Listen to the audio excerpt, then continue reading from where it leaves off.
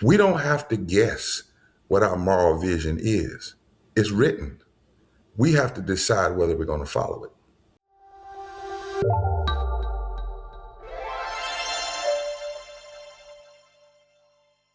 Welcome to The Stakes. I'm Brad Rourke with the Charles F. Kettering Foundation. We're a nonprofit, nonpartisan operating foundation that advances and defends inclusive democracy. I'm talking to Kettering Senior Fellow, Reverend Dr. William J. Barber II today. Reverend Dr. Barber, thank you for being here. Well, thank you so much. And thank you for what you do, your audience. And, I was thinking about that language. The stakes are high. The stakes are really high in this moment. They are indeed. Reverend Dr. William J. Barber II is professor and founding director of the Center for Public Theology and Public Policy at Yale Divinity School.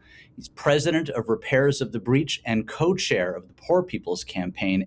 Today, we are talking about why this moment demands more than protest and what it means to love forward together.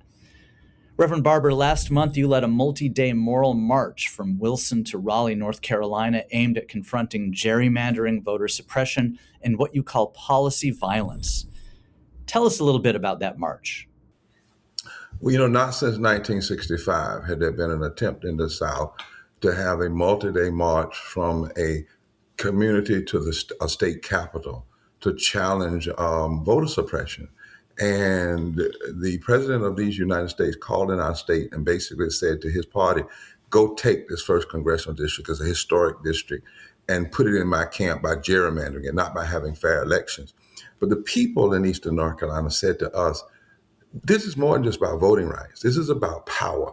And people who want power so they can vote against health care, vote against living wages, vote against the LGBT community, vote against immigrants. And it needed to be dramatized. And so for 4 days, 51 miles, we started in Wilson, North Carolina. We started about 278 people, thousands showed up, thousands in Raleigh, which was our intention.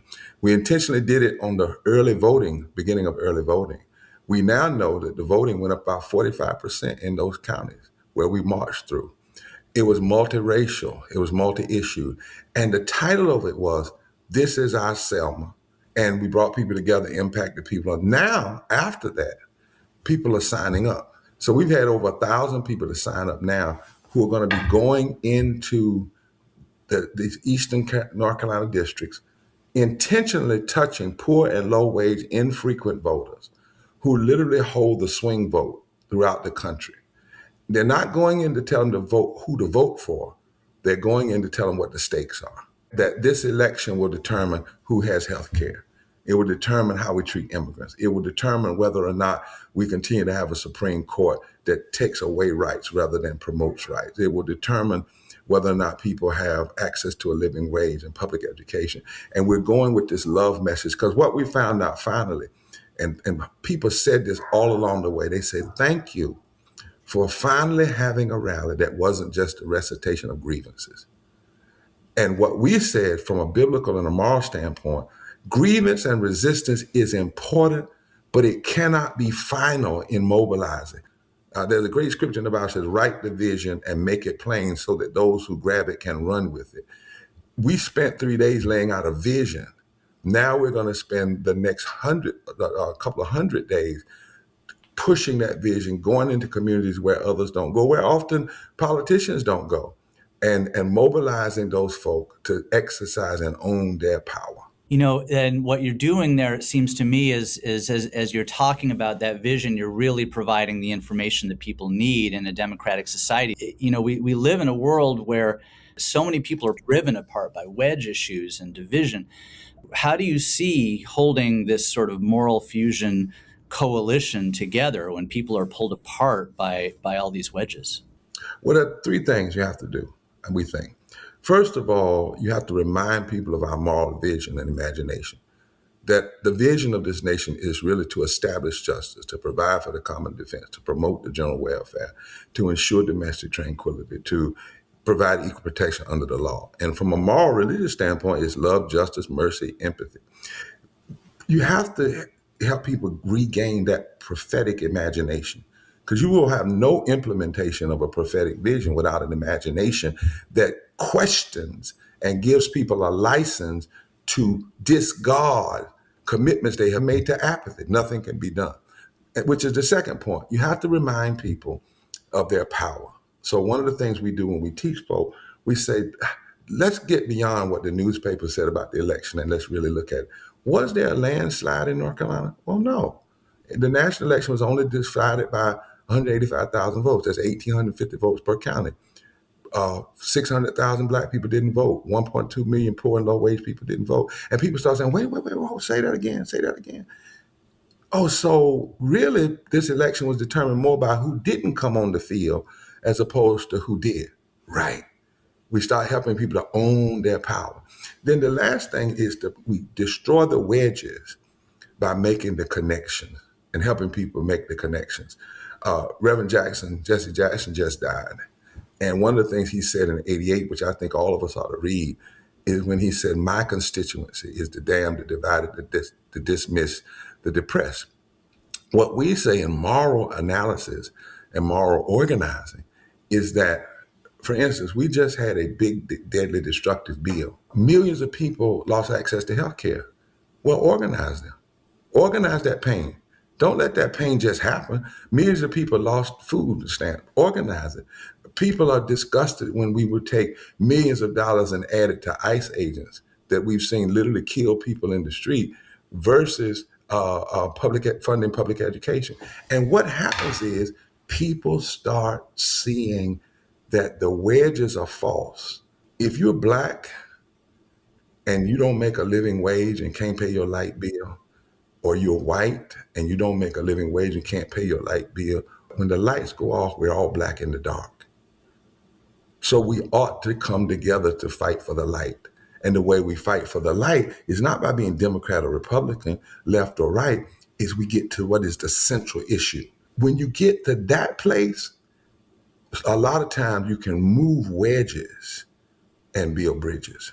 I've heard you talk about gerrymandering, which is an issue that feels sort of academic. Make the connection between what we're seeing with these redrawings of maps from state to state to state to state. What is so important right now? Well, gerrymandering, again, there are three things I think people have to realize. First of all, gerrymandering is representative of political fear. You only gerrymander when you know you can't win in a straight up equal battle. That's what gerrymandering does. It attempts to decide the election before the election has ever happened. Secondly, gerrymandering has a racial history, but it didn't start in the South. It actually started up in Boston with the Irish and the Polish and folk, and we have to own that history. It's more about power than it is just about race. Now they're claiming to use partisan. Well, we're just going in to drawing the district based on partisan, but partisan becomes a proxy for race, but then race becomes a proxy for power. Because what we show people is the same people that vote to gerrymander a district, like the 1st Congressional District in North Carolina that they're trying to take. If you track their record, they also vote against public education. They also vote against health care. They also vote against living wages. They also vote against immigrants. They want you to think it's just about keeping a certain people down or a party, but it's deeper than that. And then lastly, the way we make the connection with gerrymandering is we let folk know that most of the time they make deep mistakes. And the mistake they've made in North Carolina is they base their gerrymandering on a 45% turnout. So if 46% of the people turn out or 48% of the people turn out, it messes the map up. So until the courts change, what we have to do is increase voter turnout, because they are afraid of that. And they are realizing in our state now, the MAGA group, they made a major mistake. By gerrymandering the 1st Congressional District, they've now opened up the 3rd Congressional District, the 4th, the 14th, the 12th, because the numbers don't work. They only work if people stay home. And what we're saying to people is, don't stay home.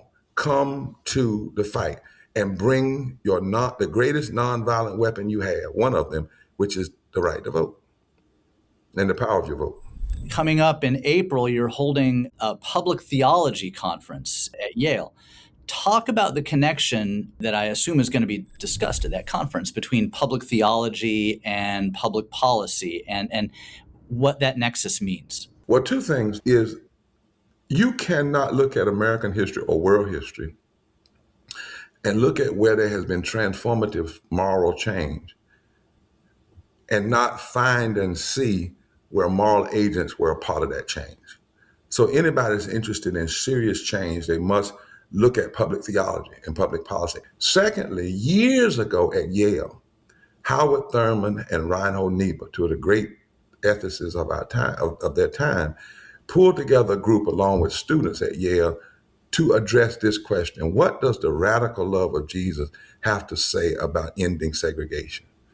And they examined that, and out of that, people like James Lawson and Dr. King and others were a part of those conversations. A. Philip Randolph and others, and that's part of why the attack on segregation in the South was so rooted in Christian faith, because of that conference. So we've decided in the 21st century we needed to have a conference and call "What are the moral issues of this election?" and not just what are the problems, but what are the solutions. So we're going to look at what this election is about: whether or not this country is going to accept authoritarianism and accept neo-fascism, accept greed.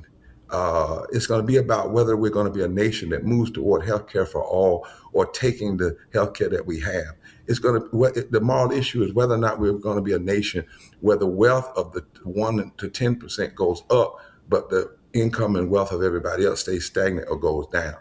We're putting scholars, theologians, policy people, and impacted people in the same room. And we're bringing together clergy and other moral actors from all over the country. And out of this conference will come a statement, open letter to the nation, saying that these are the moral issues of this moment. In other words, these issues have nothing to do with what party you're in. These issues have something to do with your humanity. These issues will say, how we address these issues will say whether or not we truly believe in that Constitution we swear to uphold.